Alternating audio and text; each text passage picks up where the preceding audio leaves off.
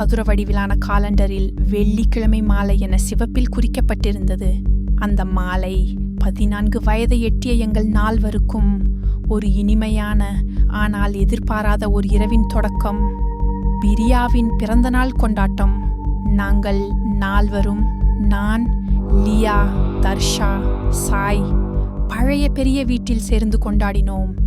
வெளியே அடர்ந்த மரங்கள், உள்ளே ஒளிமங்கிய அறை.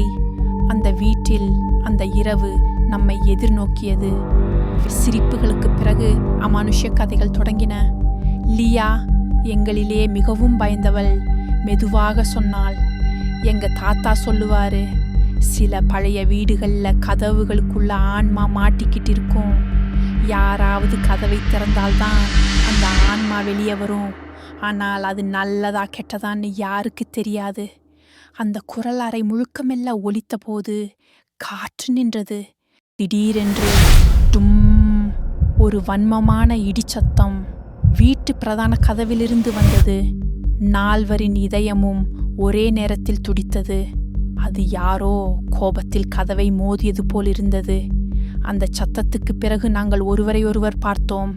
பயம், உண்மையான பயம். நாங்கள் அனைத்து கதவுகளையும் பூட்டிக் கொண்டோம். மீண்டும் அறைக்கு திரும்பினோம். ஆனால் லியா இல்லை. அவள்தான் எப்போதும் பயந்து நம்மை தழுவிக்கொள்வாள். ஆனால் இப்போது அவள் காணவில்லை. அறையின் மூலையில் இருந்த ஜன்னல் அகலத் திறந்திருந்தது. குளிர்காற்று நுழைந்தது. நாங்கள் நால்வரும் உறைந்தோம். லியா, இது விளையாட்டு இல்ல. பதில் இல்லை. மேல் தளத்திலிருந்து கூர்மையான கீச்சொலி வந்தது. நாங்கள் மெதுவாக அங்கு சென்றோம். சாய் தந்தையின் பழைய நூலக அறை. கதவை திறந்தோம். அங்கே லியா இருந்தாள். அவள் தரையில் குனிந்து அந்த ஜன்னலை மூட முயன்றாள். அவள் கைகள் நடுங்கின. முகம் வெளிறிவிட்டது. அது மூடவே மாட்டேங்குது, அவள் நடுங்கிய குரலில் சொன்னாள். நாங்கள் நால்வரும் சேர்ந்து தள்ளினோம். ஜன்னல் கீச் என்று கத்தி திடீரென அமைதியாக மூடிக்கொண்டது. சத்தம் இல்லை, எதிர்ப்பு இல்லை. அந்த நொடி ஏதோ ஒன்று அதன் பிடியை விட்டது. ஒரு ஜன்னல் மூடப்பட்டது. ஆனால் ஒரு சக்தி விடுதலையானது. டும் டும் டும் டும் டும். 5 முறை. ஒவ்வொரு முறை சத்தமும் அதிகரித்தது. அது ஒருவரின் கோபம் போலிருந்தது.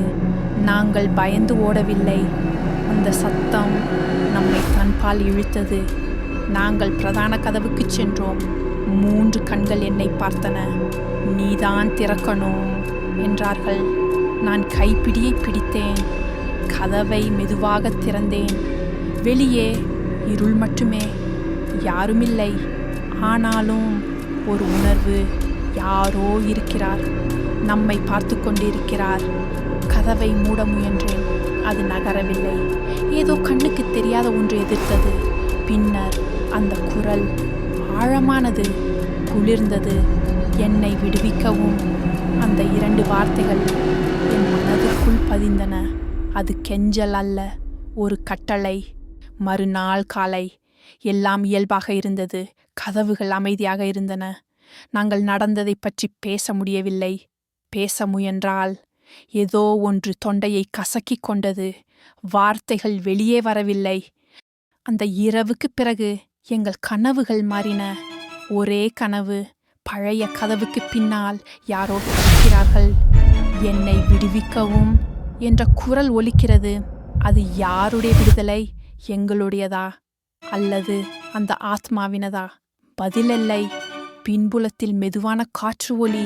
சில கதவுகள் ஒருபோதும் திறக்கக்கூடாது.